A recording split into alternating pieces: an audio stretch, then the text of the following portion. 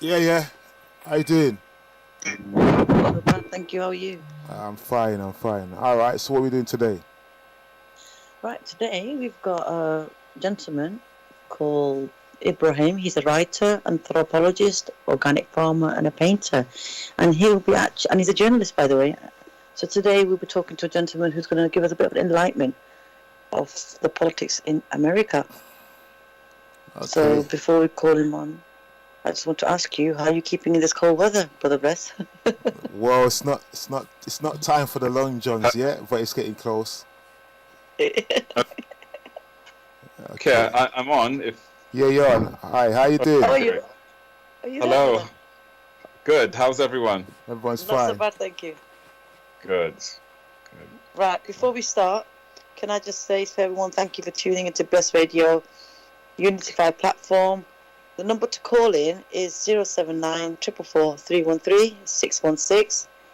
079 313 if you would like to call and speak to our guest, Brother Ibrahim, who's a writer, a journalist, anthropologist, organic farmer, and a painter. Hello, Brother Ibrahim. Hello. Thank you for coming on to Bless Radio Yes. on Unityify platform. Great. Thank you for welcoming me. Yeah, absolutely delighted. Yes. Hi. Yeah. Right, Bless. This is Ibrahim. Yeah, hi. Yes. Hello. Hi, how are you? And I hope you can hear us. So, by the way, our guest is all the way in Turkey, so if there's a disturbance here, do excuse us today. Okay. Great. Right. So Yes. let's start it off today, then, Ibrahim. What is happening in America? Well, it is very simple what's happening there.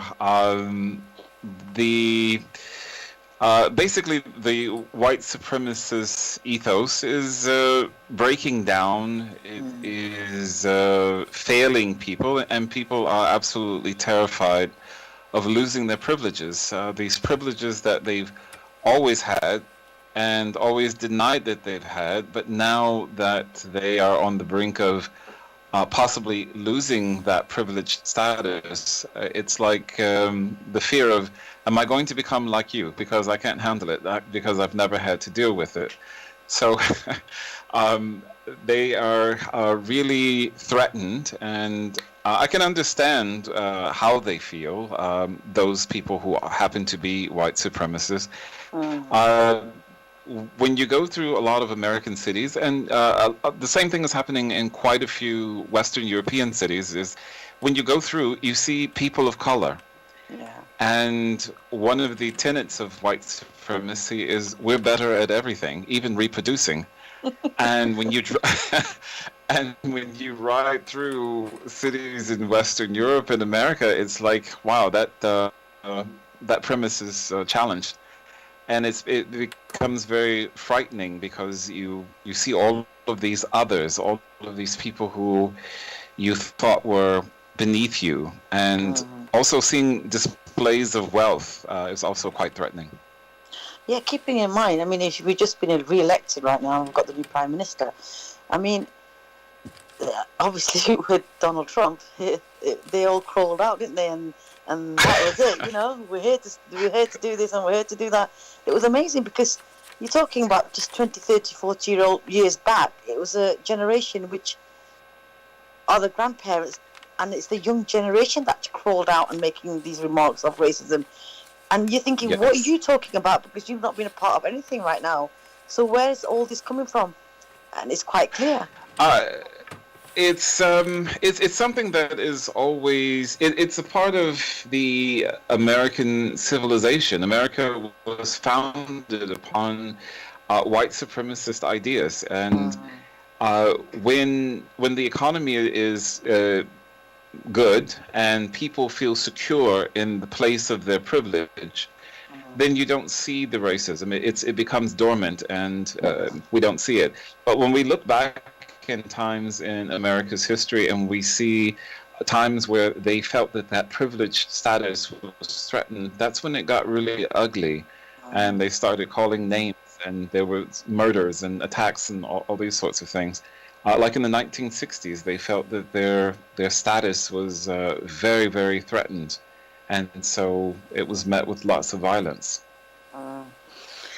No, it's, what I'm trying to really actually get now. Obviously, now we've got a new government in, and there's still a cloud, or should I say, a vision of people still saying, and they're saying, the less of the two evil have taken the place.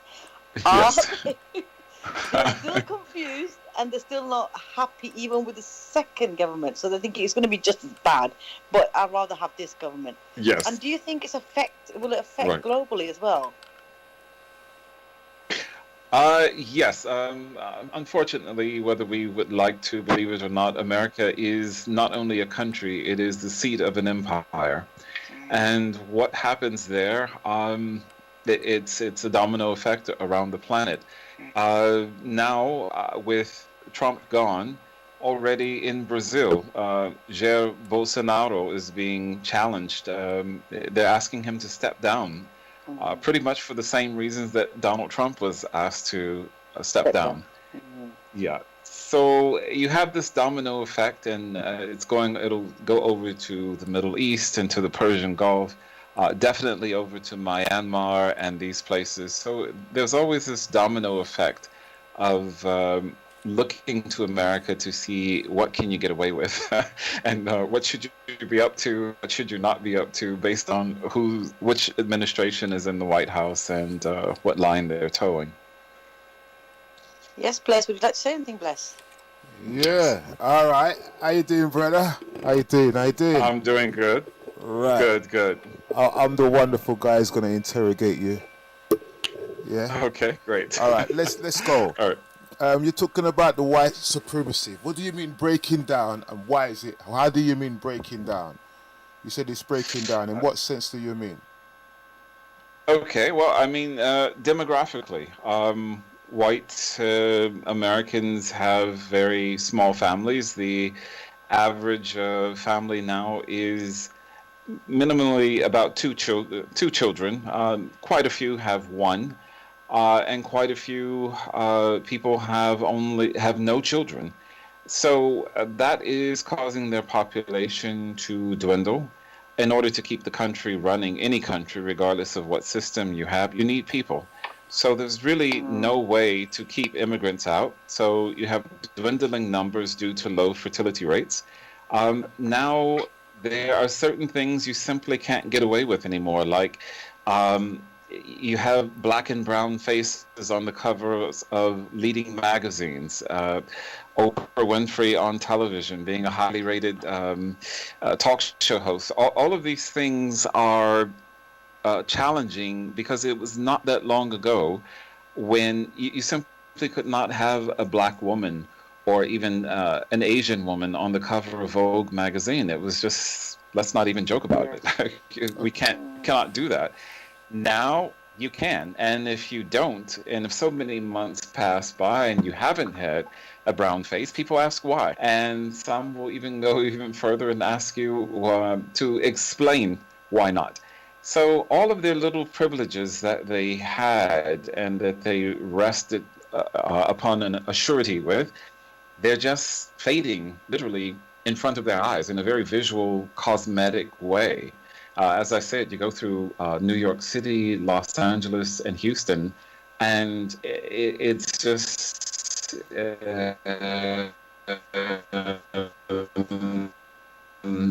you don't see white people. I'm from the 90s, and I remember one night I was standing at the bus, and I saw a white guy, and I thought, I wonder where he's from. You know, it was because I hadn't seen any white people there, and I kind of wondered, like, well, where have they all gone? I know there's something called white flight, but where have they all literally gone? I don't see them. So visually, I think all of that, when you are a believer in the belief system of white supremacy, which I believe it's just as much as a religion as Islam or Christianity or Judaism. It's a religion. It has its tenets, its beliefs, its extremists. It has all of it. And people who believe in that, and you you see what is going on in America, it's just very threatening. And when one is threatened, you come out fighting. All right. So, but this white supremacy, that's been there a long time Yes. Before Donald Trump was even president. So Yes. why is it linked to Donald Trump if it was there before him? Because he was quite open, wasn't he, though? Yeah, white supremacy being linked to Donald Trump, quite frankly, in my opinion, it's a bit of a trick, and it's a way of lulling the American people and our allies abroad into believing that white supremacy is something that was voted in, and we can vote it out, and we can clean up this mess, wipe it all down, and make it lily white again, and make it all perfect. But the fact is, the country, the Western Hemisphere was built upon white supremacy. You did not challenge the authority of the white male to run the government, to run society, to be the controlling hand of the marketplace. Who got how much money, and who was let in and who was let out. That was the situation for every place from Canada to Argentina. So it's just a complete fiction to say, well, we will vote out white supremacy now, and now that he's gone, and now that we have brown faces in the administration, everything is fine. Well, that can't be, because one of the things that we people of color will have to come to terms with ourselves is, first of all, what makes you you is not the color of your skin. Being white doesn't automatically make you a white supremacist, and being brown doesn't mean that you are, in love with the rainbow flag. If you look at the administration and separate the fact that quite a few of them are women, quite a few of them are people of color, it's like, what do you actually believe? What do you stand for? Okay. And if you look at what they stand for, there's really not a whole lot of diversity there. Okay. So in saying that, so what you're saying is Donald Trump is representing white supremacy. Yes, I think very much he represented white supremacy in a very crude, working class sort of way, and he definitely appealed to Americans of a certain class. He spoke their language, and he really galvanized them and made them feel like they were an important voice, that their lives and opinions mattered. He really appealed to that base, I think, very effectively through language, more so than any other president that we've had in quite a long time. Okay, so you're saying the president who you got now, Biden, that's his name. So what makes him any better? Nothing. He was standing out in front of the schools in Delaware, along with the white parents, saying we don't want black people in our public schools. So I don't really see how that makes you really any better if you come out and you're standing on the side of the parents who are saying, I don't want black and brown children in my public school. And I mean, not to mention, he's also has some sexual harassment cases looming about there, which Donald Trump also did too. So what's the difference? The difference is language. He speaks the statesman's language. He dresses appropriately, and he speaks a lingo that makes us feel that this is a statesman. He's an upper class person. He's educated. And unfortunately, we've been conditioned to be comfortable with that. And it really doesn't mean anything. It's all cosmetics. Okay. So, because I see them all the same. That's why I'm saying this. Yeah. I don't see, Yeah. to me, it doesn't matter who's Yeah. in there, right? What's going to be done is going to be done. Yeah. So, and I agree with you. So I don't see why he make anything any better, right? But why I'm looking at it, I'm looking at it from my point of view, how I've seen it so far. It's like, since I'm not for Donald Trump or against any of them, right? I'm not for or No. against any of them. I'm Okay. just neutral. But what I have one thing Yes. I have noticed that since Trump has been in power, he's the first one that I've actually seen that hasn't gone to war so far.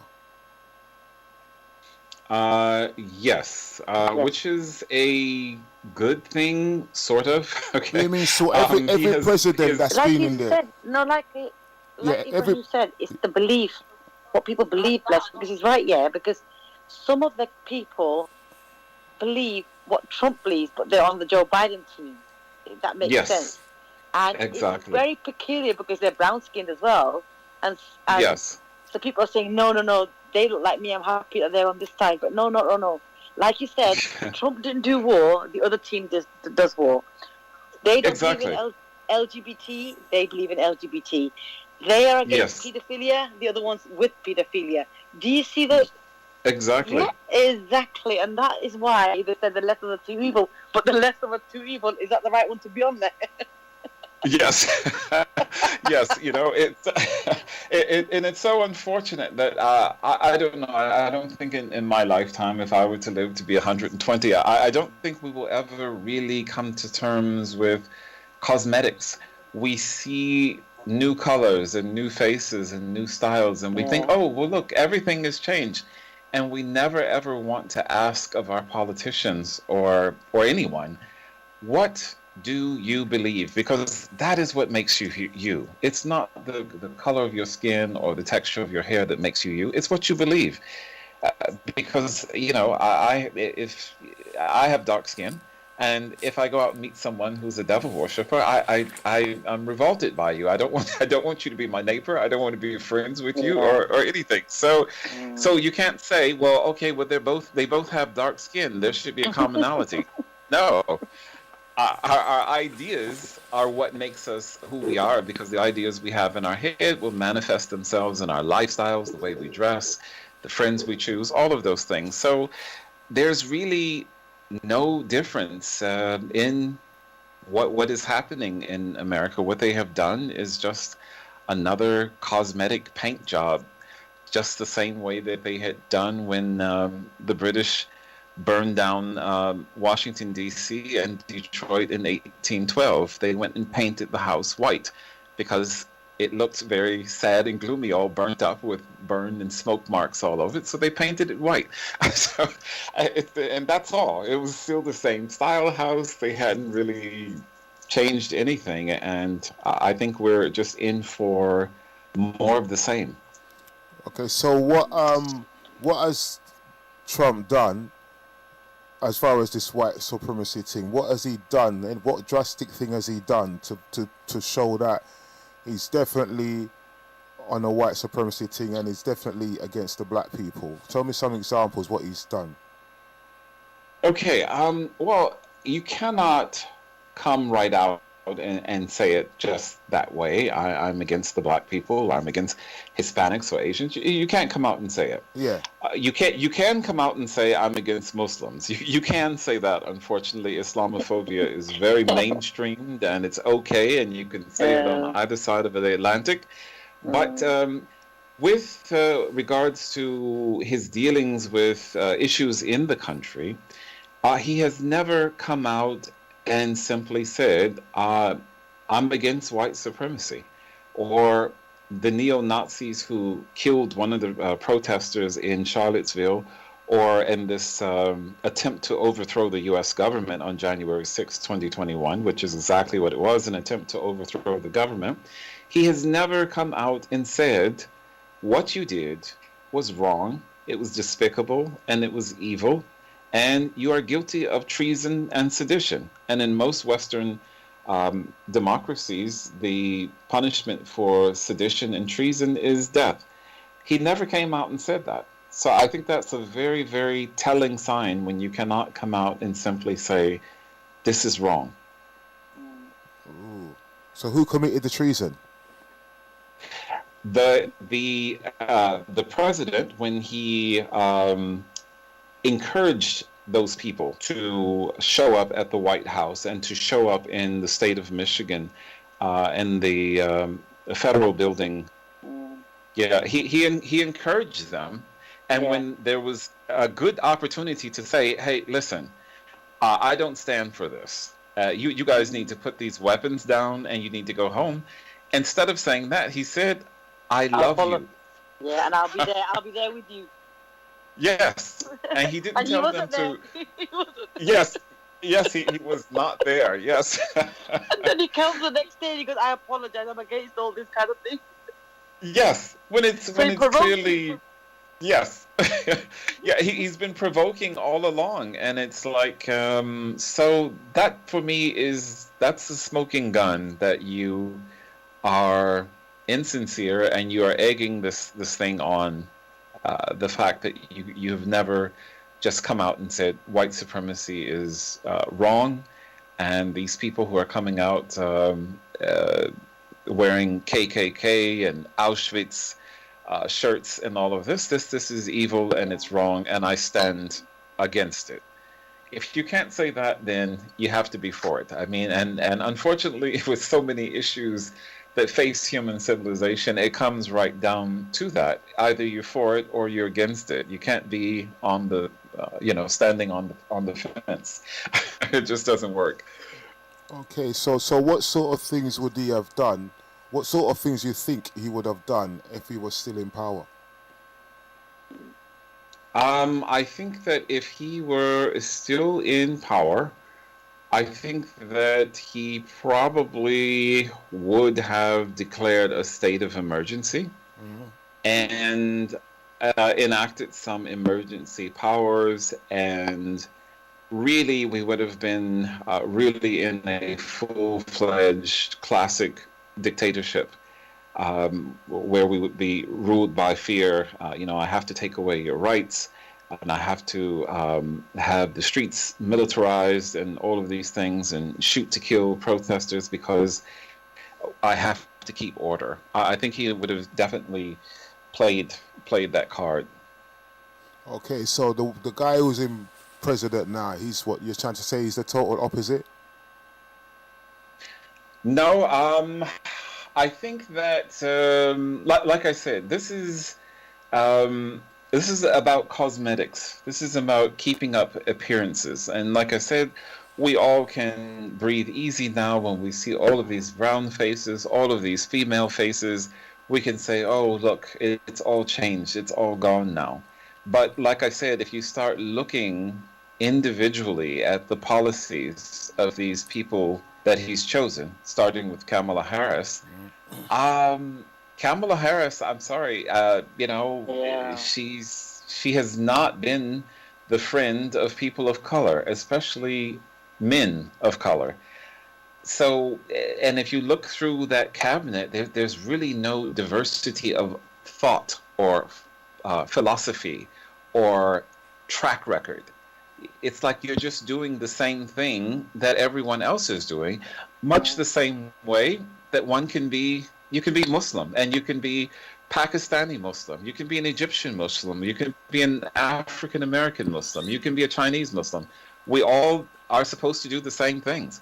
Pray 5 times a day, fast during Ramadan. So when you look at that, then you can say, well, that is one people. We're not different. We don't have different Islams because of our ethnicities. We're all practicing the same thing. We're all striving for the same thing.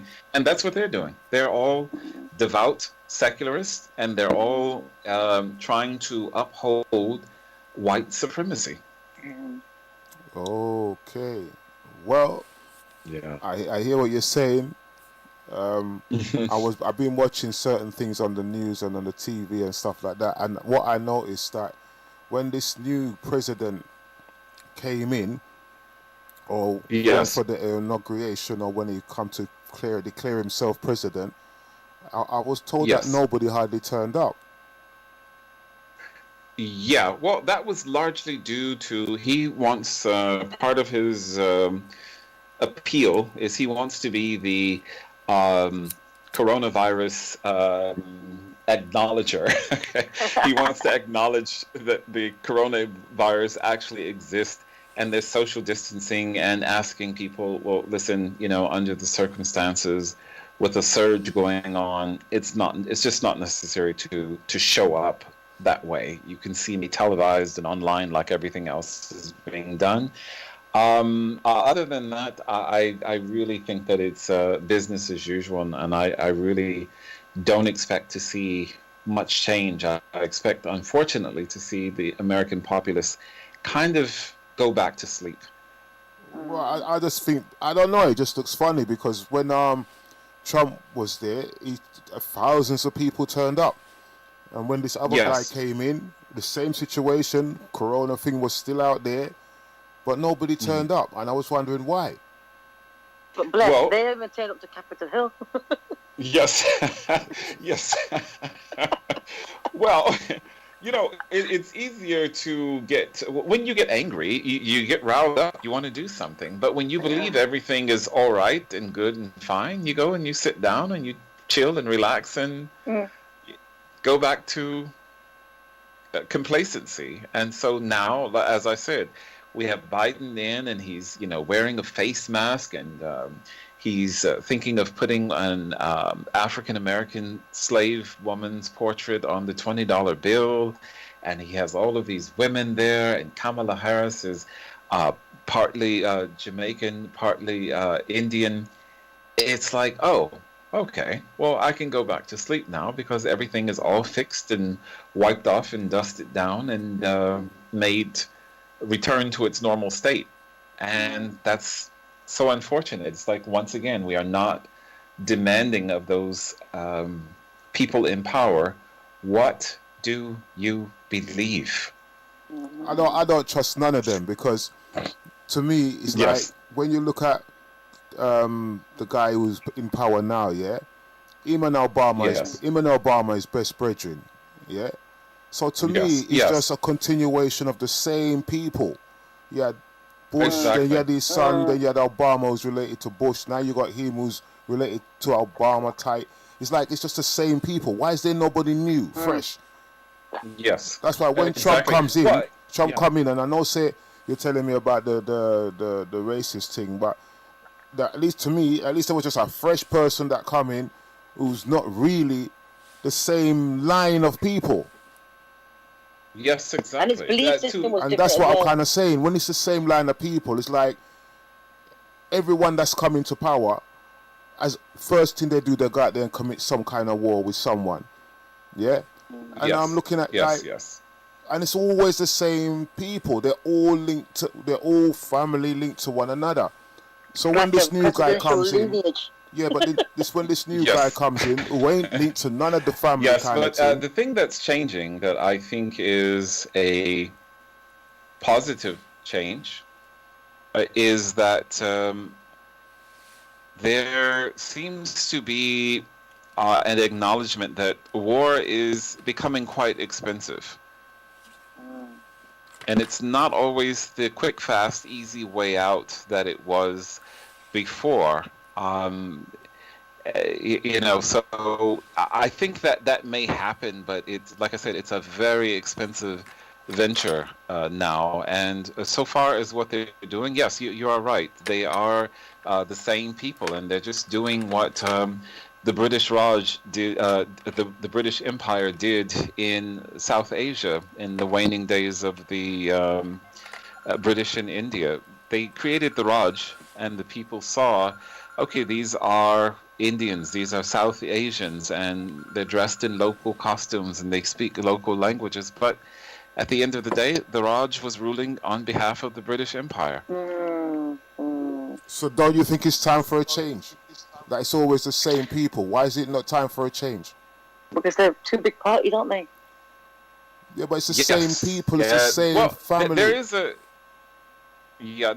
a change, but we're all stuck. Regardless of what your ethnicity or whatever your background is, we're all stuck, and we're stuck on cosmetics. And I see hundreds of stories in the media daily about how people look. I was listening to the radio the other day, and there was this ridiculous story about in Brazil, and how in Brazil they want to start making dolls with dark brown skin because girls need to have dolls with dark skin. And it's like, that is the most insanely stupid thing I have ever heard.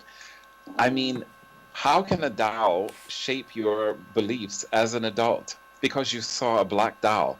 I mean, so it's like we're just stuck on cosmetics. Oh, I need to see a black person. I need to see a South Asian. I need to see someone from the Far East. And it's like you're just stuck there. And once you get that person in power and he doesn't do what you want, it's like you don't have the sense to say the reason why this person who was black or South Asian or Muslim or from the Far East didn't do what I want is because we don't share the same beliefs.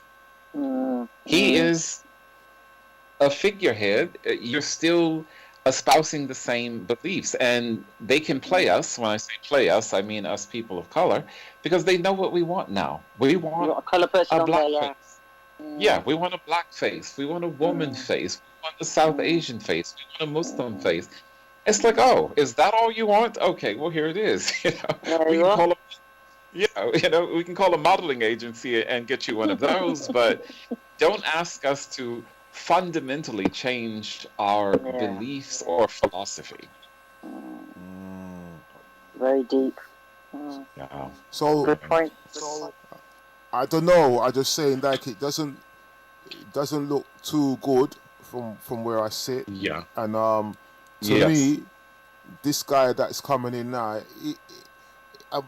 he might. I don't even know if he might make things worse. I don't know. Yeah. Well, I think he will definitely, given his track record, if you look at his track record, because he came into politics quite young, I think that he will definitely continue pre-Trump. He's already signing agreements with Europe to restore that alliance that they had, and going around to all of the NATO members and trying to repair things and smooth things over. And he's restricting Also the travel university budget. Yes, yes. So he's just kind of going back and repairing everything. But I think that what they will continue to do, and when I say what they will continue to do, I honestly mean on both sides of the Atlantic, because if America sneezes, Britain catches pneumonia. It's they're both they're both doing the same thing all the time, and so it will be. God. Yeah, it will just be more of the same, a continuation of that status quo. But I think that eventually all empires collapse.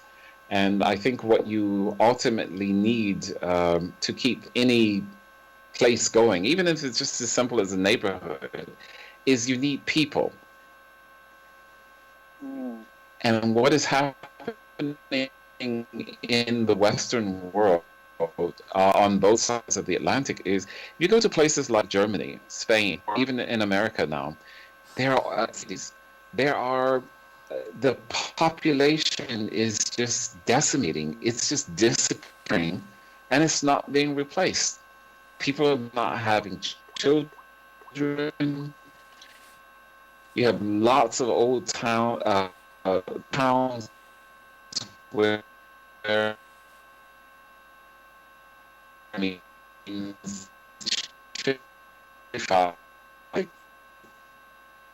it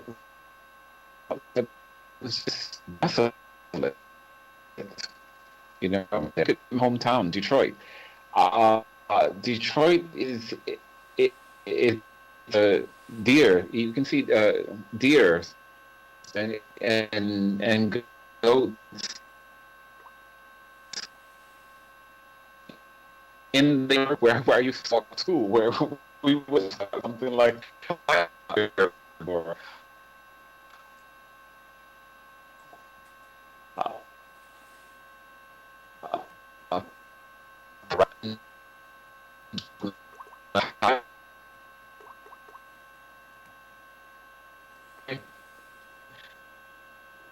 and actually just causing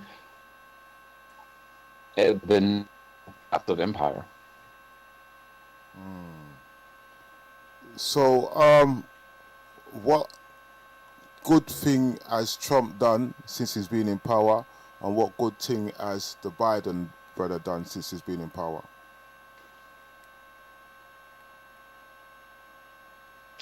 Well, what good thing that Trump has done since he has been in power is out of the inner cities, well, with his sweep on immigration.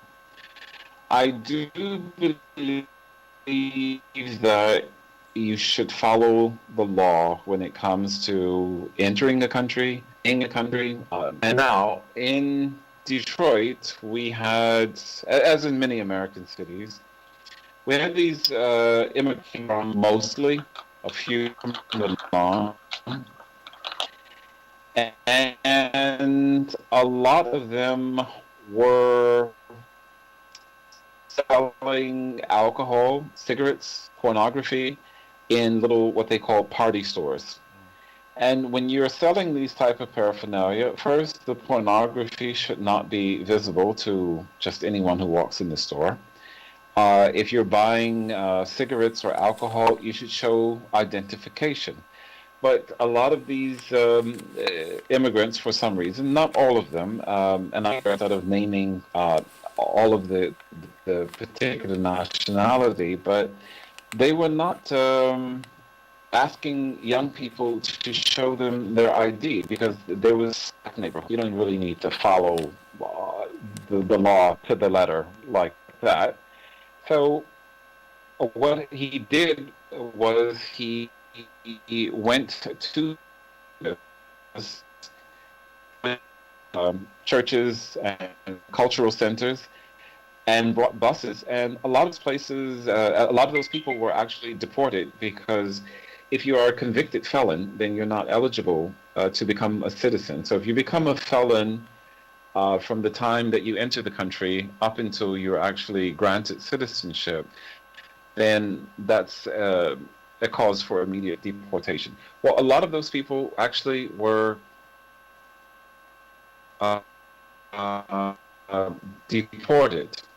And because a lot of those party stores left vacant in Detroit, so now there are a lot fewer places to get alcohol and beer and lottery tickets and pornographic DVDs and all of this stuff. It kind of disappeared, and it's not so common to see it as a young person. So I do count some of the people who were convicted felons. That's a good thing. Of course, I'm against putting children in dog cages, which happened or is happening now along the along the American and Mexican border. But getting out those convicted felons, that was a good thing. Biden so far, I honestly, well, I believe with any person, whether it's just someone I know personally or whatever, I look at your track record, and as I said, he was standing out in Delaware with the parents who were shouting, "We don't want black people to go to our school." So with American politics, or shall I say modern politics, the thing that makes it so hard to trust people, they will say to whatever side seems to be the winning side, then they're on that side, and they change literally over. I mean, look at Boris Johnson. I mean, he's just all over the place. It's like he started off calmly, and then he went Islamophobic, and then he doubled back to say, "Oh, but wait. My great-grandfather was an Ottoman citizen of the Ottoman Empire. I am partly Muslim." So it's like, so he just jumps all over the board according to where it looks like there's a winning just like his hair. chip. so I really honestly, yeah, exactly. I had to put that in. When Donald Trump. I don't see he changed. Yes, exactly. Yeah, I don't see much change going on. I think the most significant change happen over the next 50 years is the population decline in Europe and America. Okay, so if Trump was in power, what? How do you think it would affect black people, and what? Tell me some of the things that you think he might do Yes. against black people. Uh, if Trump was in power, like I said, I think he would have enacted that state of emergency. And the really unfortunate thing, I think the region would have escalated into more violence instead of individual upon individual violence, like incidences of homicide.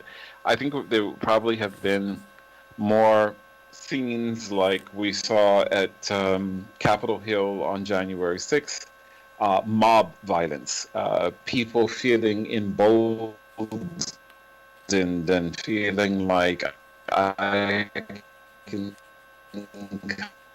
come out and be in public and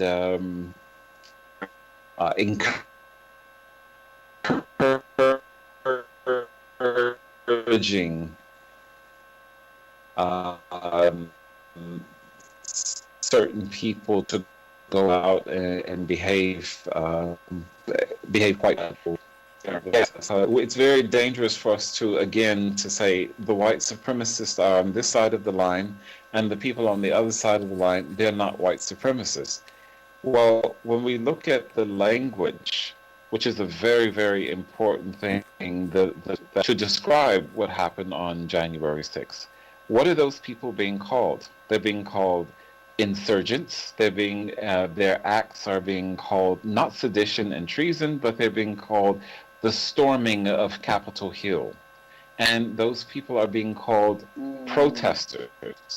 Yeah. It's not violence or terrorists or of that kind, yeah. That do in your mind? Yes.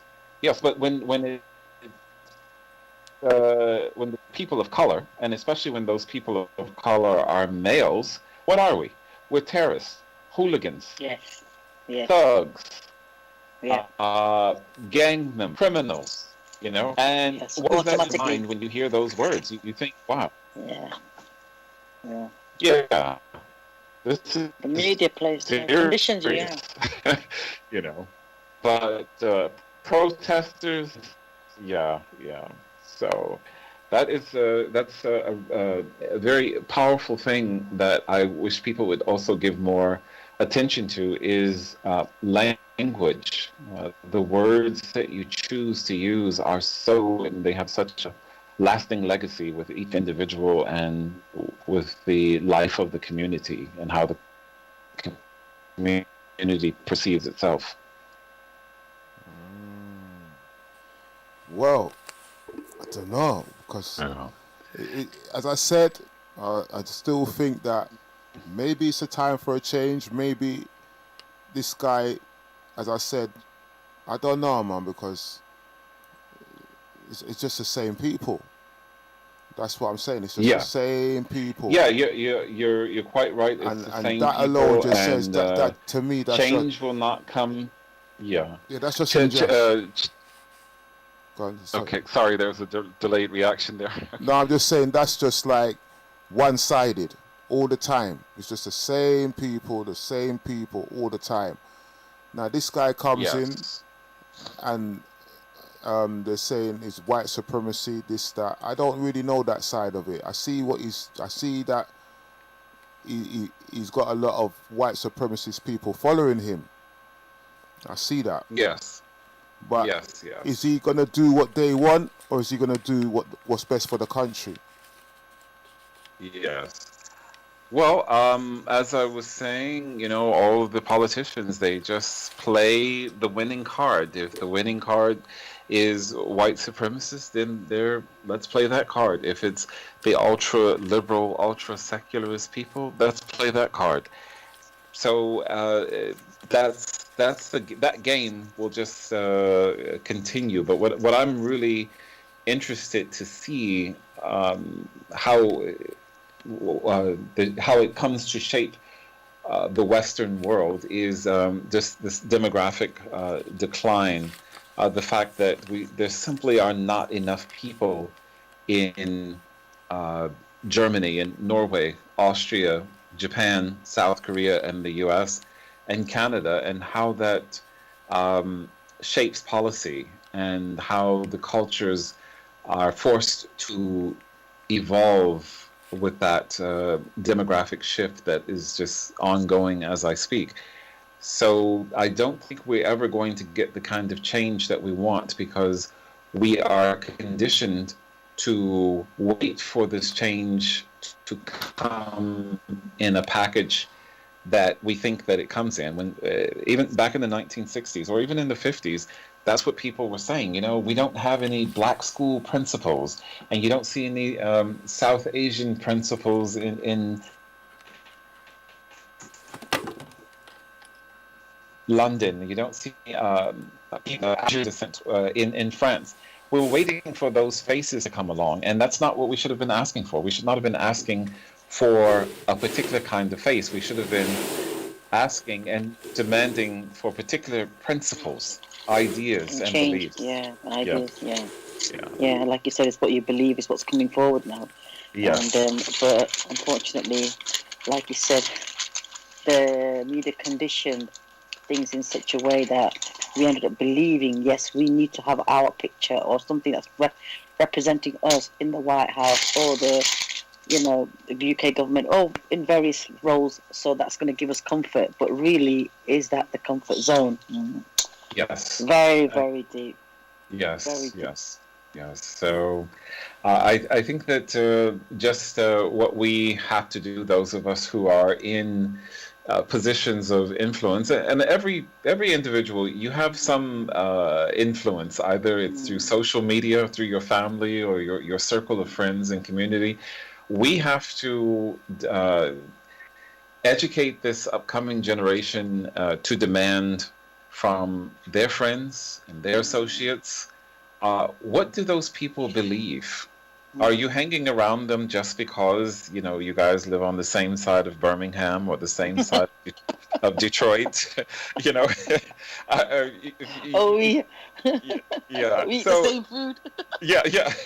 We eat the same food, or, my parents are from Texas, your parents came from the Punjab. It's like, Yeah, what? my great-grandfather. Yes, it's like we have to start teaching our children that that's not necessarily your comfort zone. Okay. Well, what can I say? Thank you. No, Okay. don't go still yet. there, Nah, right? I'm not finished with him. I'm not finished with him. You're not finished, my brother. Nah, Telling you everyone can't. out there, listen, thank you for tuning in to Right. Bless Radio. Right, yeah, you're listening to Bless Radio with Unityify. Yep. And our guest is Unityify. What's his name again? Abraham. Abraham. Yes. Abraham. Yes. Right. Abraham. He's a writer. Yeah. Question now. Yeah. Yes. Trump was going on about he was robbed of the vote and fraud and all these things with his solicitors and all of that stuff. Do you think that's true? The impeachment, you mean? No, the voting thing where he said he was. Oh. Yes. Right. Do you think that's true? Yes. No, I don't think it was true, and the reason that I don't is simply because I believe that, generally speaking, the law of the universe says that if you commit a crime, there's going to be evidence somewhere, no matter how small or obvious. And, him and his followers have continuously said, oh, there's voter fraud, and they have not managed to produce any evidence. And I think they have a piece of evidence, but they're too ashamed to say that we believe white people are the majority, and we believe that white people voted for Trump, and therefore anything else is fraud. And I think for a lot of them who, if you don't go outside of your neighborhood, you don't have a broad circle of friends, you may believe I am the majority. I mean, if like right here in Istanbul, Turkey, we don't have an African American community, but I've met some African Americans here. Now, if I hang around only with those people, I might begin to believe that Istanbul is predominantly African American, okay, which is completely preposterous. It's a predominantly Turkish city, so they're having trouble accepting the reality that they are not the majority, and whomever they vote for, it's not just a given that, okay, I'm the numerical majority and this is who's popular with me, therefore that's who the president is. It just doesn't work that way anymore, and that's one of the reasons why they're so angry. Oh, so did you vote for Biden? No, I did not, and no, I did not vote.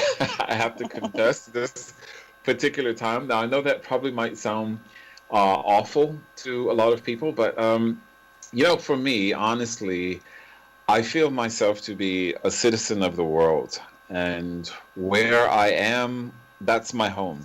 And the people that I'm around, I try to show love and compassion to those people, regardless of what their skin colors may be or what kind of people they are. So, it's just like right now, looking at what the weather is in Detroit is just not as, it just doesn't radiate with me as I'm trying to see, are we going to have another snowstorm in Istanbul? It's like, that's what I want to know, because this is where I live. And so this is my home now. I have a historical affinity to America. I still have family there, and that's where the greater part of 5 centuries of my family's history has been, but I just don't have that affinity that I need to affect change over there, where I don't even experience the daily weather anymore. So, yeah. So I hope that makes sense. I also know, brother, that you spent a lot of your years in Qatar. Yes, I lived in Qatar for nearly 15 years with my family. That was quite a trip because I got to see. Now, are you ready for this? Okay. I got to see what it was like in a lot of ways to have white privilege, and my white privilege or my whiteness was my American passport. Passport, yes. Yes, my passport got me high-paying jobs. It got me good quality housing to live in. Yes, yes. It caused me not to get tickets by police. It changed everything. One time I was in a supermarket, and there's quite a lot of Africans there, especially from Somalia, Sudan, Eritrea, places like that. I was in a supermarket. I picked up a light bulb and didn't realize that the packaging was open on one side. Well, the light bulb slipped out, went crashing to the floor, made that huge exploding sound that light bulbs make when you drop them. So this salesperson from Nepal, he came over and he started shouting at me like, really loud. And he was saying, "You're going to pay for that light. You'll pay for that light." And I said, "Excuse me, who are you talking to?" When I spoke English, well, I know. Yes, it went from midnight to 3 p.m. on a sunny day. It was just, I'm sorry, sir. Let me get that for you. I'll clean that right up. And the manager came over and he said, "Oh no, you don't have to pay for anything, sir. Just bring your stuff to the counter." And it was like, wow. So is this what it's like? Yes. So that I have to say, it was a wonderful experience because that's where most of my children were born, and I learned so much there. On the other hand, it was just weird because most of my friends were from Pakistan, Afghanistan, India, Bangladesh, and for me, they will just be people. I mean, their culture and the little various regions within those countries that they came from. Yes, that was very interesting. Yeah, I'm Punjabi, I'm Pashtun, I'm Bangla, or whatever. But I saw them as people, and they had to constantly remind me, listen, brother, we can't do the things that you can do. We can't go to the places that you can go to. And that was like, it's wow. true, it's true. Because in Dubai, it's the same thing. I've been to Yeah. and you can't go to the seaside if you are from those countries. Yes, I'm a Muslim as well. Yes. But they can't go because they're from that country, but I can go because I've got a British passport. Exactly. Yeah. Exactly. Yeah. So many times people thought that I was from Sudan, and they came up to me in a very rude manner, and it just broke my heart to see how an American passport was my white privilege. I went to the hospital one night, and I had some chest pains, and the guy, I went to the counter, and he screamed and yelled at me to go and sit down and wait my turn. And then because he was not seeing your passport right now, he was seeing your skin. Yes. Right. But so that is racism in its own. Yes. And when I took out that American passport, they came and took me by the arm, literally, and escorted me. Yeah, and escorted me to the back over people who were. Man. Yeah, it really is. It's very blatant there too. Very, very blatant. Yeah, they don't care. That's what I can't understand. As a country, the Arab country, this is quite open there. And they need to be honest, because we've travelled there and we know what it's like. And it's sad because they don't just put you in class; they actually classify you straight away by the skin of your colour. Yes, exactly. Very much a caste system. Very much. Yeah. So I wanted to settle down somewhere. I when I left America to come to Qatar, I really wanted to live in a place where I could be comfortable with my family, and part of being comfortable is being who we are. We're Muslims. And I thought Qatar was a good choice, and I went and found out that, life goes on. You have your good moments, you learn your lessons, but I really, really was just appalled, and I did not want to have anything else to do with how my brothers and sisters from South Asia were treated. I just could not, I couldn't stand it, and I remember one of my sisters saying that she wanted to come over there, and one of the first things that popped in my mind was, I wouldn't want you to come over here and see how people who are very dear and special to me are treated. I just wouldn't want you to see it. I'd be embarrassed and ashamed. So it was time to move on, so I came to Istanbul, Turkey. Chapter 3. My next trip. Yes. So how is it there then? I really like Turkey in the sense that it is big and spacious, and you don't have the controls and constraints of the kafala system on you here.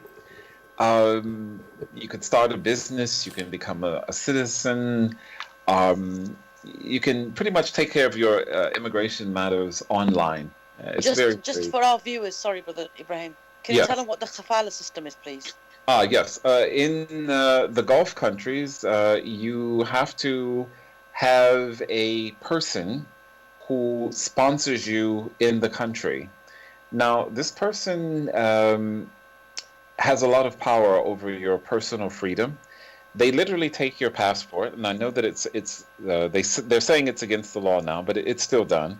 They take your Saudi Arabia. Yeah. They'll take your passport. They can tell you when you can leave the country, for how long you can leave the country. They can decide to withhold your salary until they return from vacation, or for whatever reason, and they don't have to give you a physical reason and call you up or write you a letter and say, I'm withholding your salary this month for X, Y, and Z reasons. The day for your salary will come, and you just don't get it. And so the kafala system means that you have a kafil, this sort of custodian while you're in the country. And unfortunately, to say that they abuse that power is the understatement of the century. Yes. So yeah. So here in Turkey, it's nice, and I really like it. I could imagine myself staying here for the long haul, becoming a citizen, and all of that. Um, However, it is kind of interesting now being exotic.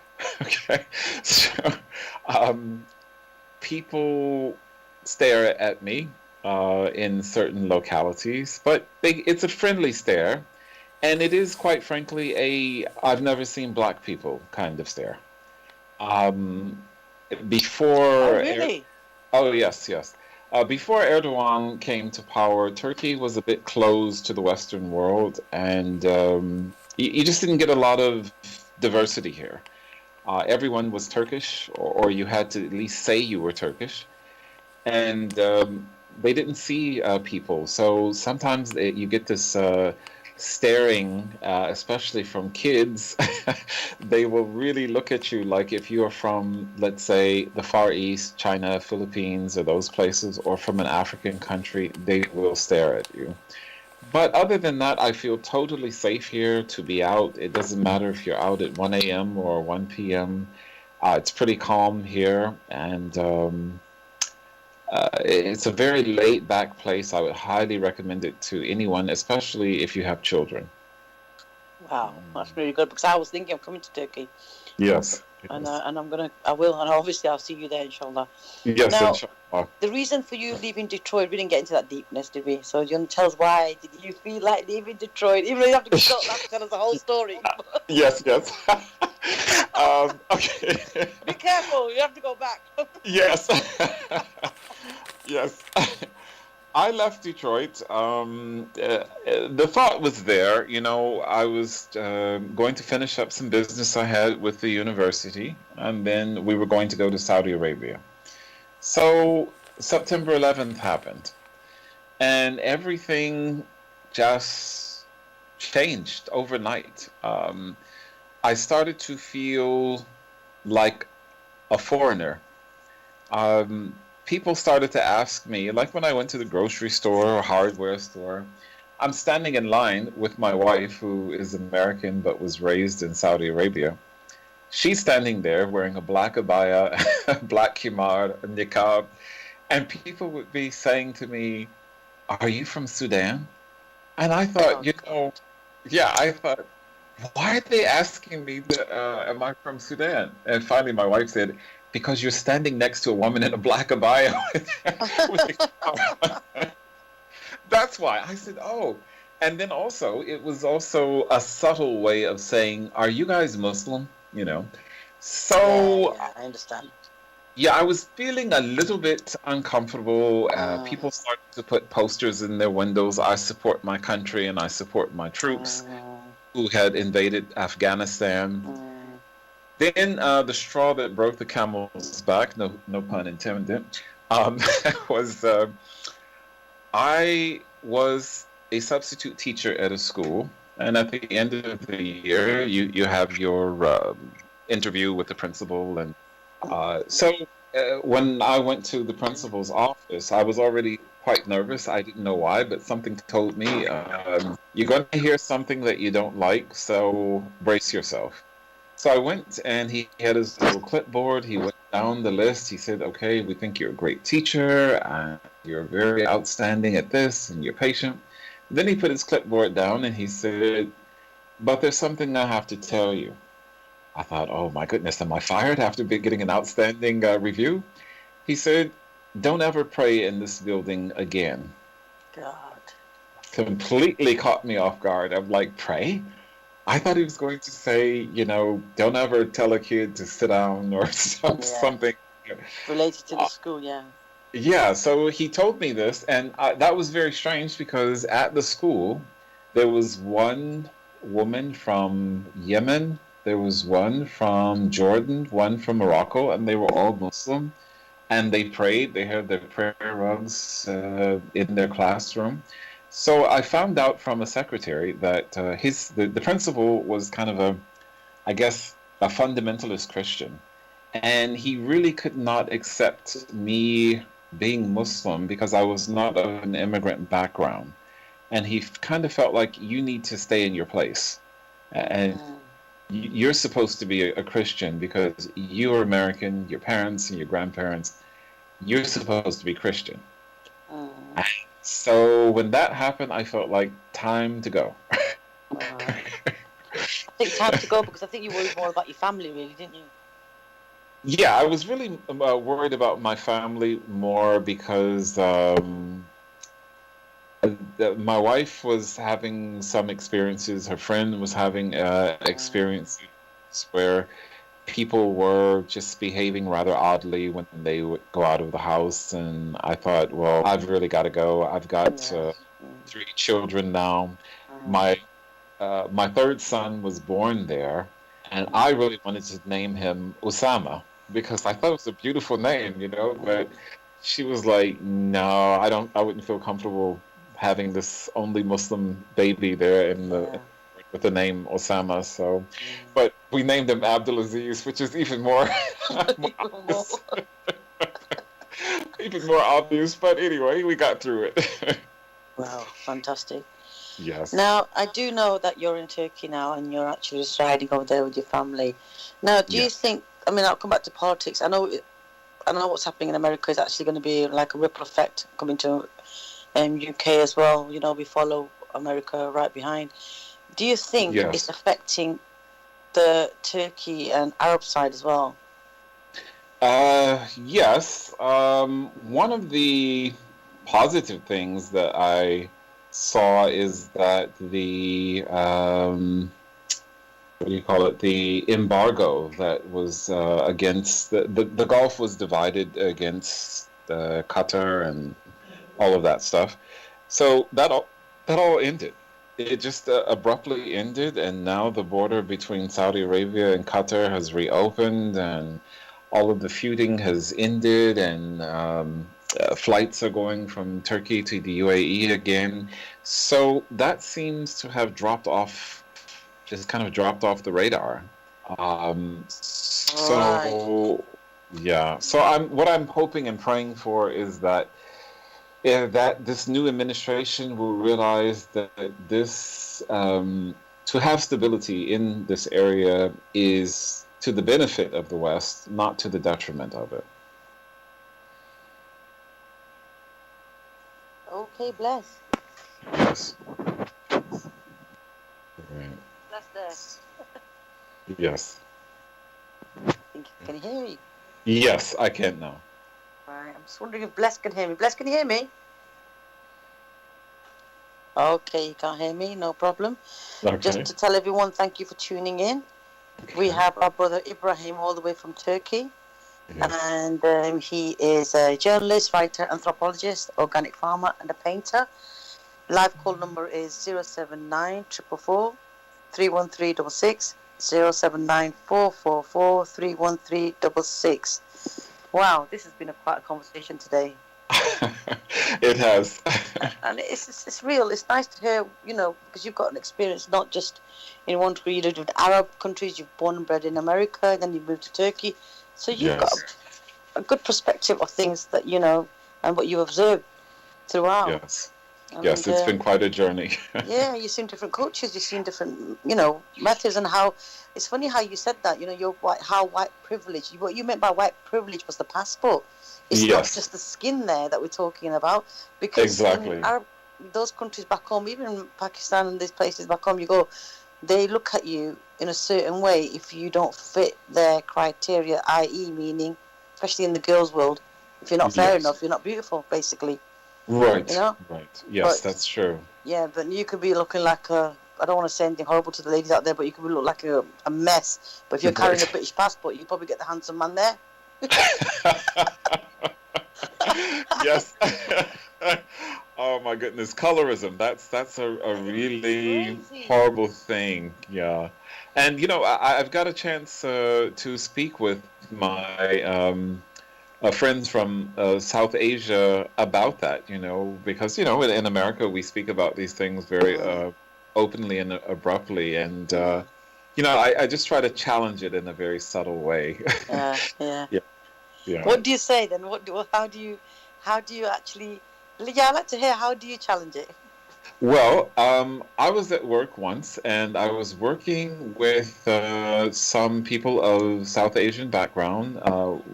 Someone from two from South Africa, one from India, Sri Lanka, and so on. So one of the men there had got married. Again, he had actually married a second wife. Okay. And so while he was in the office, they were like, "Oh, bro, we heard you got married, and oh, congratulations, Mabruk, and Barakallah Feek, and so on." And as soon as he went out of the room, one of the men from South Africa, he said, "Well, you know what? She's really not that white for a Kashmiri anyway." I, Oh. s-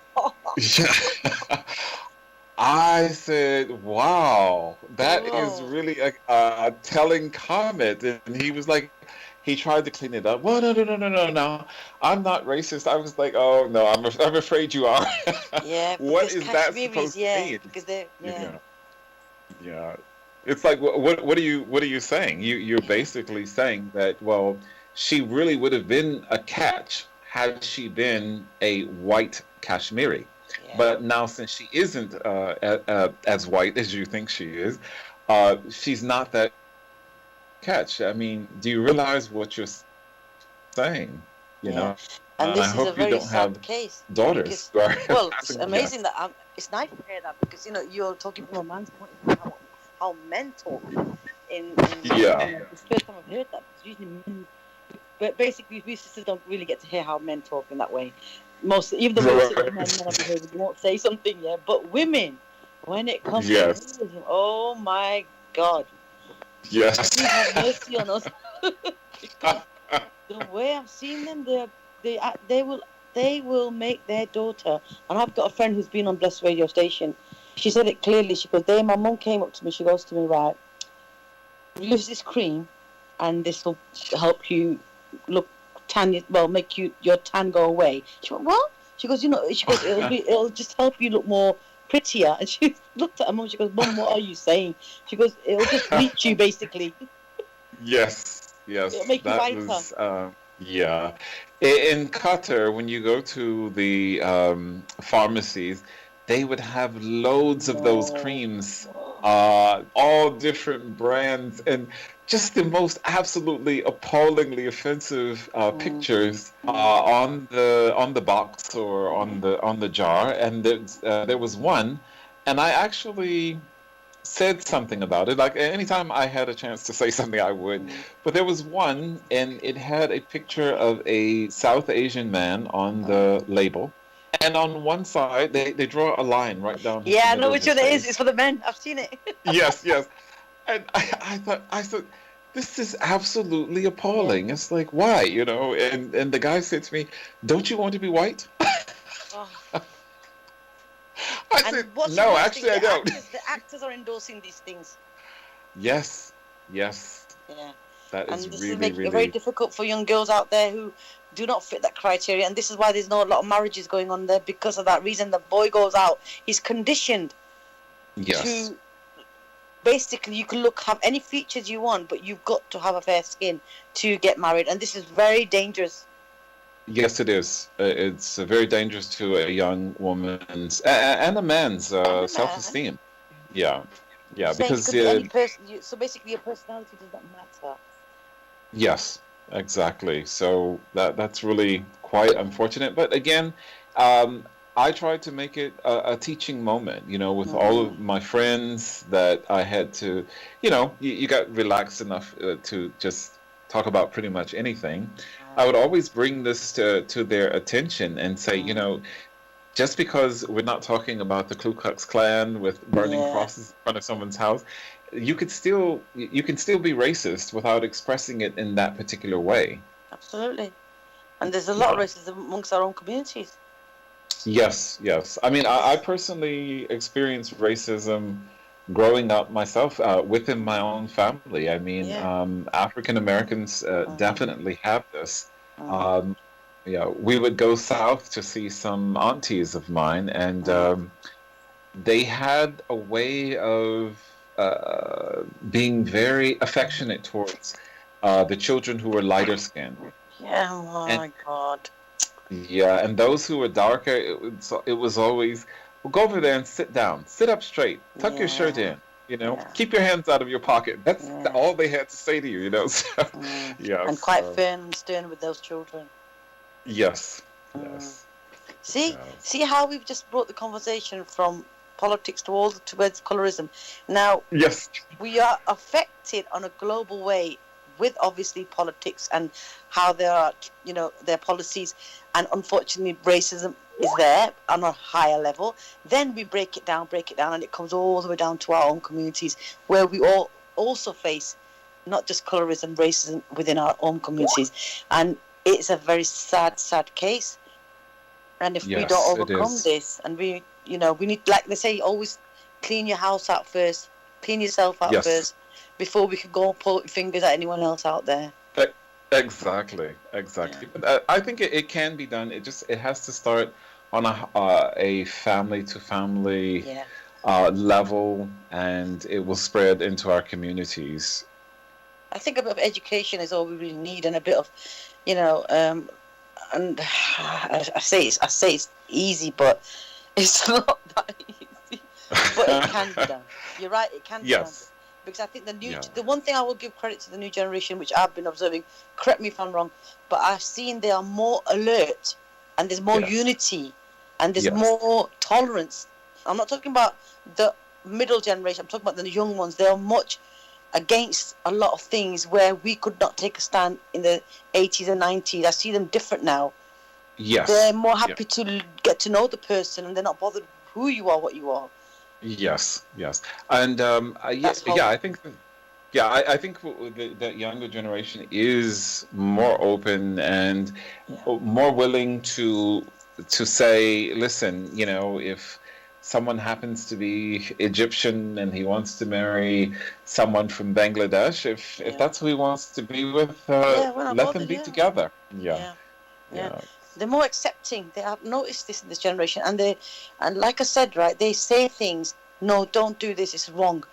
Look, come on, stop saying this, auntie or uncle. That's racist. And we couldn't do that. We could not do that. Really? I would see a slap Wow. on my face, and that was my ears gone. I'll be deaf for a few days. Oh no. Oh no, that is really something. Where do you think it honestly came from? Because obviously there's hundreds of millions of Muslims in India, and of course majority is Muslim in Afghanistan, Pakistan, and Bangladesh. Do you think colorism came from sort of a leftover tradition from the Hindu faith, or it was something that was sort of magnified during the British colonial period? I think both. Okay. The reason why I'm saying that, because don't forget, when British colonialism came, there was Mughals in that time, that era. Yes. And those Mughals always praised and liked beauty to such a degree that you can read history on Mughals, can't you? They lost all their gold and money for that, just for the beauty. So then obviously when the colonialism came, then we had the white ladies coming in, and that was another book that opened up. Then that triggered, I think, as the separation happened. Now, when I go back home and seen a few things, now this could be South Africa and also places like Pakistan, India, and Afghanistan, colorism is there. I see. Very peculiar, but I see it. The girls that are more fairer and whiter, they have a very different lifestyle, and they're treated very differently, and they're more, God forgive me for saying that, they're more opted for, invitation and spouses, and you can go on and on and on. Okay. Which is sad. Wow. Which is sad. Yeah. I think it trickled both ways. I think it made a togetherness, should I say, and it's never ended. Right. There's millions of dollars and billions of dollars spent on advertising for fair skins, and like you just said about the creams and everything. Yes, that's really so unfortunate. And as I said, I just really enjoyed on the occasion that I brought this to the attention of the people who were selling these things. That do you realize that this is an expression of racism? Nobody don't see it like that. Yeah. Well, there was the look on their face was like, wow, I'm just stunned that you're saying that, and I'm not quite sure if you're wrong. Yeah, I'm it's not like really. popping their bubbles, isn't it? Yes, it really is. It really Mm, is. mm. But as you said, I do see hope for The next change. I generation. see, yeah, I mean, I'm seeing a lot more mixed marriages amongst the Muslims, Mm. Well, lots of other castes Arabs. as well, other people as well, Christians, Yes, even Judaism. yes, yes, yes. I'm You know, seeing very rare you see that Jewish also. mixed marriages. Yes, that's true. That is true. Um, but it's happening, and I think it's because, we live in a globalized world, and it's easy to change your citizenship and your nationality. You can. I mean, look at me. I'm now living in Turkey, and they offer Yeah. the option of becoming a Turkish citizen. So Mm. now people will get to meet me, and whatever um, ideas they may have had about Americans or Black Americans or whatever. Now that those walls begin to come down. So I think that's where it is. It's just a teaching moment. Mm. Absolutely, totally agree with you. Yeah. So, before we go on to talk about something else, I'd like to ask you one more question. Sure. Knowing that Joe Biden is the new president, and Mm-hmm. obviously Trump is out of the way now, what policies do you think that they both had in common? I think some of the policies that they have in common are, Trump was a devotee of money. He wherever he could make a buck in, he was your friend. Okay. Yeah. And to me, he did not seem so too abroad. That is, he didn't seem his Islamophobia was a domestic Islamophobia. He feared Muslims being at home. But But he's outside there in Saudi Arabia playing swords. he's big friends with the Saudis and any of those people that he could make money with, and he was okay, and he didn't really have anything to say to you or about you. But I think that, like I said, I think that Biden will probably be a return to the status quo of the Middle East. The Muslims are all bad. We need to get in there and civilize them and make them. That's what Bless was saying, wasn't he? Yeah. Yeah. More secular, more democratic, more like us, sort of line of thinking. Because I just think that, unfortunately, I guess it's true. I didn't want to admit that it was true for a long time, but the idea that the Western democracies, they have to have a boogeyman. There's got to be a menace or a villain that I mean, that's out there, and I think it's easier to find in the Muslim world because the Muslim world offers one big threat, I believe, to the West, and it's not the headscarf or people praying 5 times a day or really loud adhans coming from from the minarets. It's really Islamic banking, and I think when you start telling people that interest is haram and it's forbidden, in Qatar we had probably about as many Christians with bank accounts at an Islamic bank than as you had Muslims, Same debate. because it made sense. It's like, oh, really? No interest? Okay, sign out. Where do I sign? Yeah.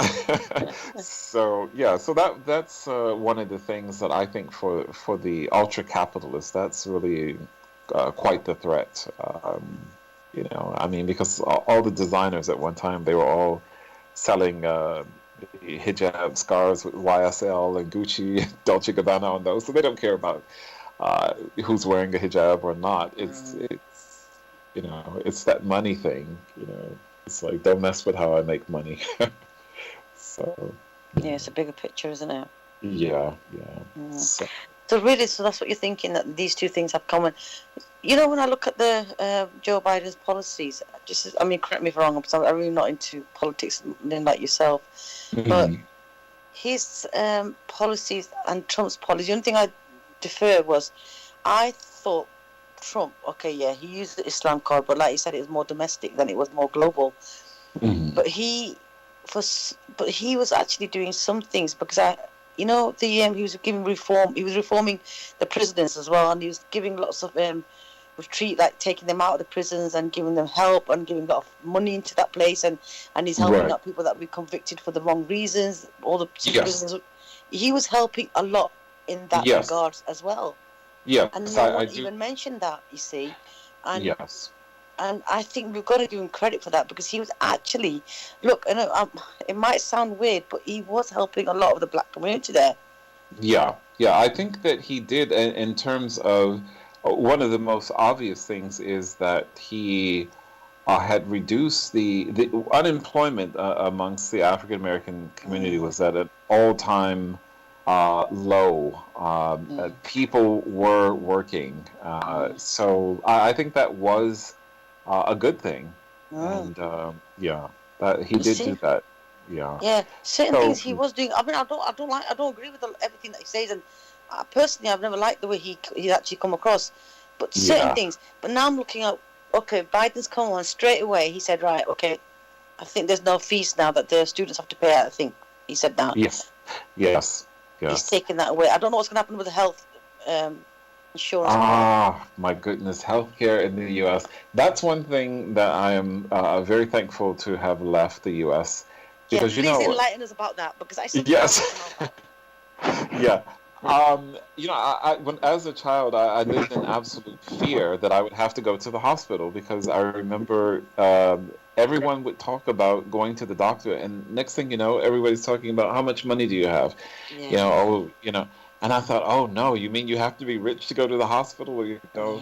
Yeah. So the healthcare in Qatar is absolutely fabulous. Okay. Is it? Ab- yes, it's absolutely fabulous. And Uh-huh. here in Turkey, I think it's a very good quality, and I do like the fact that lots of people from developing countries come to Turkey for affordable healthcare. I Mm. think that's a really great thing, something I'm very proud to see. But in the US, it was very hard to get health insurance. Even if you were working, they didn't want to offer, and then they would write these very dodgy contracts that Mm. it's like, I'm giving it to you, but not really. Okay. You know, Yes. it's like, I'll pay your health care if you should happen to get sick on the third Sunday in March by Mm. yourself. Okay. Wow. Something, yeah, something weird like that. But I think one of the things that the attitudes about healthcare in the US was shaped by the fact that people thought if you gave people free healthcare, it was almost like welfare. If I Mm. give it to you, you're just going to abuse it. You'll Mm. be going to the doctor for a paper cut. you Right. know, yeah. And we did have people like that who would go to the doctor for really very insane things, Mm. but that's no reason to withhold it from the entire populace. So that I don't really think that they're ever going to um, come to grips with, because one thing that America fears is socialism, because they have this belief that first socialism comes, and then after that it's followed by communism. Mm. Yeah, so I think we will always be in a situation where you're going to need a substantial amount of money to have good So health care. who's the best for this actually? Is it because Obamacare? They said it's not good either because they think Obamacare was something that they did not receive thousands of people when he actually came into power. Is that correct? Uh, yes, that is correct to some extent. However, um, I think in America that really I have to say I think that people were against Obamacare because I don't think they wanted a person of color to have the credit for finally giving Yeah. America a healthcare system. But because honestly, we had nothing before Obamacare. I mean, nothing. You know, people were turned away from the hospital many times in America in the larger cities. It was like, okay, when you get to emergency, you know, they will actually, you know, ask for your name, no matter you could be writhing in pain and bleeding. And okay, what's your name? What's your social security number? Well, you know what? We showed that you came here 2 years ago, and that bill wasn't paid. So I'm really sorry, but we're going to have to ask you to leave. Can But you then, know? what Can did you people imagine? do? Because that was one Uh, of the voting reasons why people vote, because of the healthcare, and I think the second one was the students and the immigration, wasn't it? Yeah, yeah. What when you were in that situation where you were turned away, I believe that's part of the reason why we have such a high incidence of COVID is because people are just afraid that if I go to the hospital, they're going to pull up something from 2 years, 3 years, or 4 years ago, and they're not going to help me anyway. So So, I'm Brother just not going Ibrahim, to. just in general, I'm asking that. Okay, so Uh-huh. what do the public do in America? Uh, yeah. You Really, can't get I life think insurance. If you're going to get life insurance, there's a loophole. So, is there some yeah. private? They want you to go private firm. It doesn't make sense. If you're working, don't you have a package? Yes, you do have a package from your healthcare, but the way that they're written, I mean, they're written like, Mm, you know, like I said, it's like these double indemnity clauses yeah. in there. It's like, okay, I'll pay for your healthcare if, you know, you trip and fall on the third Sunday in March over a tree branch that fell off a birch tree. You know, so it's like, you know, some impossible circumstance that no one So could basically, possibly meet. they have to do it themselves then. Yeah, I think unfortunately a lot of people just sort of tune out to their healthcare crisis until they have to go to emergency. Now, if you go to emergency, which is how a lot of people live, they have to take you. They Oh. have to take you. Yeah.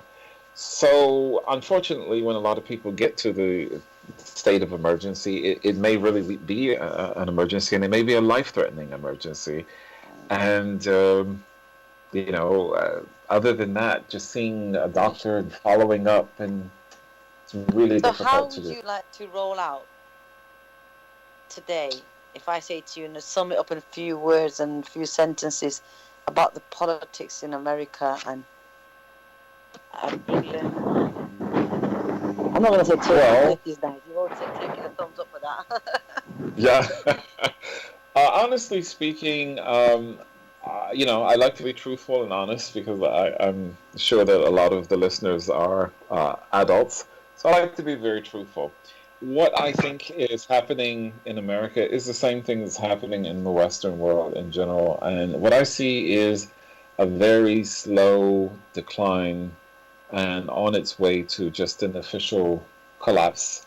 And when I say a collapse, I don't mean anarchy and people becoming cannibals or anything like that. I mean just not being those world powers on the stage that wielded the power and respect that they wielded in the 19th and 20th centuries. Yeah. So, I mean, like I said, unless some cataclysmic event happens, intellectually speaking, where people start saying, you know what I need to focus on is ideas. I don't need to concern myself with what color someone is, whether they're white or black or brown. I need to know what exactly do you believe? What do you stand for? Until we tackle that monster, there won't be any change. And if there's no change, it will just be a slow death. And, you know, the sun will set in the West and it will rise in Asia and Africa. Wow. Makes Yeah. sense, that does a bit. Bless, are you there today? Yeah. I just wonder if I can hear him, because I don't think he's there. Yeah. But you know what, Ibrahim, that is really nice of you to actually sum it up like that, because I think you're right. Until people don't change their way of thinking, and Right. their way of belief and what they really want and what changes they want, instead of looking at the colour of the skin and the religion and so what, we will not move forward and things will not change. I That's true. totally agree with you there, and I think that's the case not just for America but globally, everywhere. Yes, globally, we have to get that identity. Where does identity come from? Identity comes from belief. It can't come from whether your hair is curly or straight. It has to come from what is underneath those curls or that straight hair. Your brain, your ideas. So before we leave, I would like to ask you, Kamala Harris. Yes. What do you really, really think of her and her position? I think that she is a very wise person. She is definitely a statesman. She has the experience that is definitely needed for that particular position. However, I just feel that her job as Attorney General, when she was the Attorney General of Oakland, California, some of the comments that she made were, I guess. What did she say? Because she came up with well, it wasn't her, but she endorsed it. Basically, they were very hard on parents in Oakland County who, if your child was truant from school a number of times, you could be arrested and you'd have to pay a huge fine. And she really, when someone asked her, well, do you feel like this is kind of unfairly targeting black and brown people? She basically said, I don't care, lock them up. Oh. And yeah, and so it's like little comments like that, and how when she was an attorney general, I just didn't feel like she acknowledged that the system is kind of a bit unfairly slanted towards people of color. She didn't really acknowledge that. She was just on the side of, hey, here's the law. It's in writing. You can read it for yourself if you like. I'm here to implement what's written. And if what's written says lock them up, then that's what I'm going to do. One of her rival is, I think her name is Angela Stanton. I don't know if you've heard of that lady. Angela Stanton? Yes, I have. Yes, she is really, really against Kamala Harris. Yes. And some of the points she made, they were quite realistic, to be honest with you. Yes. Yeah. She's bringing up a lot of her history, and unfortunately, like I said, I think just so much more work needs to be done when it comes to, hey, let's separate the politics of gender, ethnicity, skin color. Let's look at your ideas. And what she's challenging her Kamala Harris with is, look at your track record. Look what she said, look what you actually did when you were in a position of authority. You implemented the same things, Yeah. And she's against abortion, and obviously they're not against abortion. Yes. She's against, I think I don't want to upset anyone, but obviously not just the LGBT, but transgender behaviour. She's against all that as well. And yes. She was saying that, Kamala Harris is for it. Yes. And she's very much stands very strong and, for her black brothers and sisters, and she makes it very clear. Her position. Yes. Yeah, I know. Yes. Yeah, I think on all of those issues, the LGBT community and all of those issues, I think that again, the politicians are just playing people and saying whatever they think is the winning thing to say. Get the votes, and then it always comes out sooner or later that they have made some disparaging remark, or somebody looks into their past Twitter feeds and finds something that, oh, well, gee, you're not really for those people after all, are you? Exactly, You know, so it's really so hard to judge them because it's like you just can't ever resolve that question. Can you just tell me what do you stand for? Okay, not where can you get the votes for. What do you, as an individual human being, what do you stand for? You know, I so think that would be a nice message from you to the audience, to be honest with you. yes, I hope so. I Yeah, really hope so. because you said that from the beginning till the end. It's what you stand for, what you believe in, and what changes you want to make. And the only way to make that is overcome what you see in front of you, but to implicate what's needed. Yes, And this is that's what you're. this is very Yeah. true. Yeah. So would you like to say a few more strong words and empower people out there before you leave? Yes, yes. What I would like to say to everyone is what is missing in all of our lives, and when I say in our lives, I mean in our personal lives, because yes, it's important who the politician and who the leaders are, but the most important changes that you will ever make are the changes that you make in the ballot box of your heart.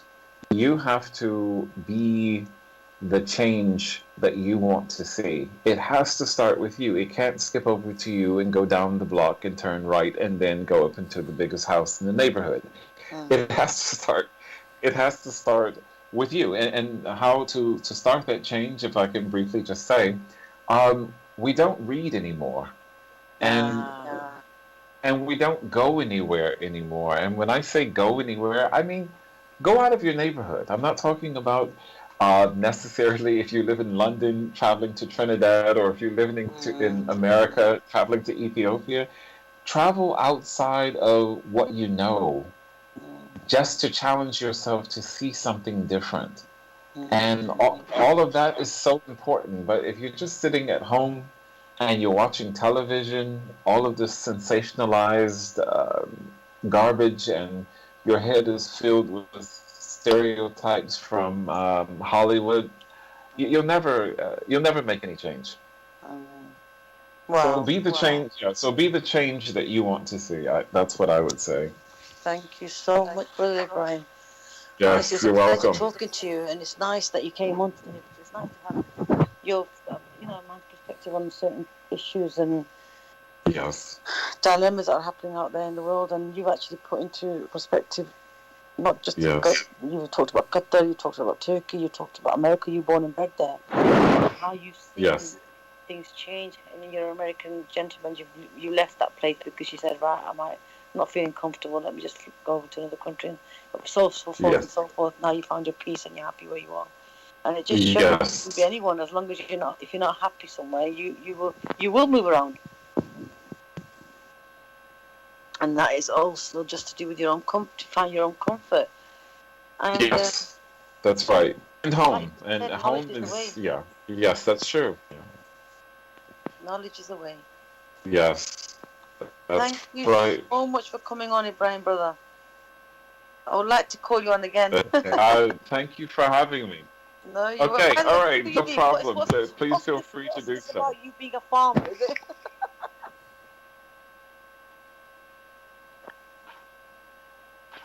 Yes, I am an organic farming now for just a couple of years. My parents were farmers, and my grandparents were also farmers. I started farming because I have a very healthy lifestyle. Of course, I don't do alcohol or drugs, and really, yes, I'm Muslim, and those things are banned in Islam. However, for me, there are also those are chemicals and toxins that are absolutely lethal. Yes, yes. So the more that I found out about food, and particularly natural food, I just started experimenting and finding out, wow, I can do this myself. You know, I can grow garlic myself. I can grow tomatoes and pumpkins and all of those things, and I did, and the taste was absolutely out of this world. Yes. Yes. And one of the things that I most recently have been doing, which I hope will grow, is to sell spices, Yeah. herbs and spices. Oh. And that, yeah, that started because one of the chemicals that I saw on listed in a lot of foods is anti-caking agent. So that's just basically something that's put in any powdery food so it pours out nicely, it doesn't clump together. Well, actually, anti-caking agent is not one chemical in itself. It's many chemicals, and the one used one is called ferrocyanide. Now, I'm seeing this, and I'm thinking, well, cyanide, how on earth can you put it in food and it's in their food? So that really was the catalyst to me really wanting to grow food and Wow. to be able to teach people about food and Yeah. what is organic, Yeah. what makes something organic and what makes something Wow. yeah. Also, you're a So painter, my brother. I'm sorry. You're a painter? Yes, I am also painting. I really got. I've been painting now for about 30 years. I started out when I was in school, and there were artists that I admired, like Georgia O'Keeffe, Julian Schnabel, um, uh, just painters who did things that kind of emphasized the natural world.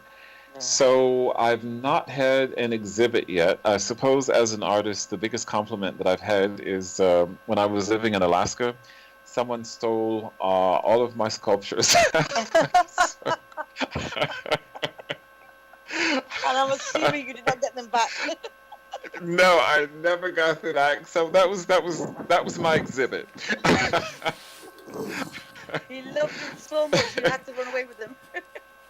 Yes. Yes. So I do want to have an exhibit. I'm hoping to have an exhibit here in Istanbul. Now art supplies are much cheaper here than they were when I was living in the States or in Qatar. Yeah, so wood is very cheap here. And also I live in a rural and there's just wood lying everywhere. So I'm just collecting wood. My wife is screaming at me, "What are you bringing more wood into this yard? Oh no!" So, yes. So what I've been doing is I'll grab wood scraps and I sort of pile them on top of each other, kind of not in a very uniform way, and then I'll paint on a picture on top of those pieces of wood. It looks very unusual, but that's what I'm working on now, and I hope to have an exhibit soon. Great. If you do have one, let us know so at least we can get a virtual view. Yes, okay. I certainly will do that. Definitely. Certainly will. Yes. Thank you so much for coming on to Blessed Radio with Unityify Talk Show, Ibrahim, brother. What All a right. humble brother you are. Thank you so much. Yes, Thank you for having me. Yeah, thank you for coming on as well. Yes. Okay. Les, are you there? Yeah. Okay, sorry, go on. No, I just listening. I just said, yeah, thanks for coming on as well. Yes. All right. You're quite welcome. Thank you, Ibrahim. All right. Thank you, and have a good evening. Bye. Bye. Bye. Wow. Bless. That was a nice brother, Ibrahim, all the way from Turkey, talking to us about politics, painting, and also food. I forgot to really talk to him about his farming because quite interesting, a few of the things that he mentioned and the things you can find, especially in the chilies and the sauces and the things that we use. He just mentioned a few names. I'd like to have another interview with this gentleman so he could come up and tell us more about his farming. I hear that still. Right, my dear. So what's next? Right, now we've got our sisters all the way from America. Shanika will be coming on with her co-host Jasmine with their new guest in a few minutes.